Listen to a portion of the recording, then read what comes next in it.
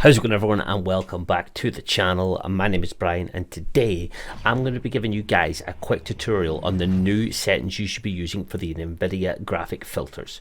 So what I'm going to be doing is, you have the game, you've logged in, your Nvidia graphic settings made everything look all blue and bloomy, and it was absolutely awful and ugly, and right now you can see that it's still very grey, a bit mundane and boring. But what I'm going to be able to show you guys is how to turn your game from this into this. As you can see, everything is so much more clearer. You can see much further into the distance, especially when things are moving. You can even see like that balloon over there coming down. It's a far better sight.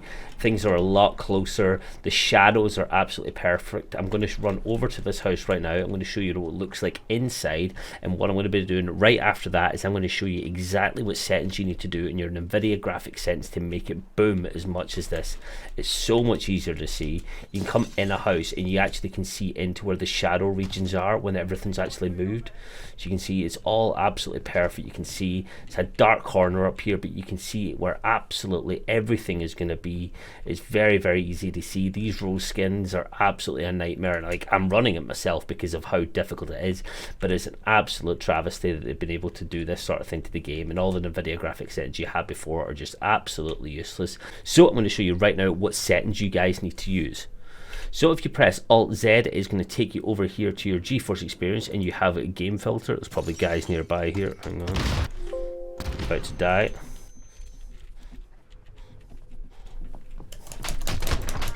You go away. Anyway, so I'm going to be showing you exactly what settings you need to do. So if I press Alt Z here, we're going to go to the Geforce experience. We have the game filter, and you're going to be taking in these three different options here, which are details, brightness, contrast, sharpen, and color. There's a couple of other ones you can use. What I can do is I can put them side by side for you if I bring in the split screen mode, and you can see exactly what one side looks like compared to the other. As you can see, look at how much easier it is to see into the corners here. It's an absolute night and day difference. It's so much darker on the left. Even with it, look at that, the brightness outside of one is a lot worse. It is a lot harder to see in the sun, but when you get to the mirror there, you can see that so much more clearly, especially with dark skinned sort of characters. You can see them far more easier on the right hand side. It makes an absolute huge difference to your game. That chest is doing my head in. I'm just going to get rid of that right now.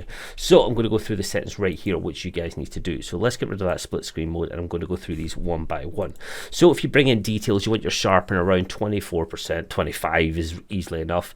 All these are rough estimates, just roughly to where I dragged them to. So sharpen 25, clarity 25, HDR toning 50, and bloom about 5%. That's what you want in your details section. Bring in brightness and contrast, and you want exposure at 0, because I've sort of played around with that, and as you can see, it literally just gets a bit blurry. So if left exposure at 0, makes a huge difference to your gameplay. Trust me on this one. Contrast about 50%, highlights about 40%, shadows minus 30, and do not touch the gamma. As you can tell, the gamma literally makes things go so blurry or so dark. You do not want to touch that one. Just leave it there at 0.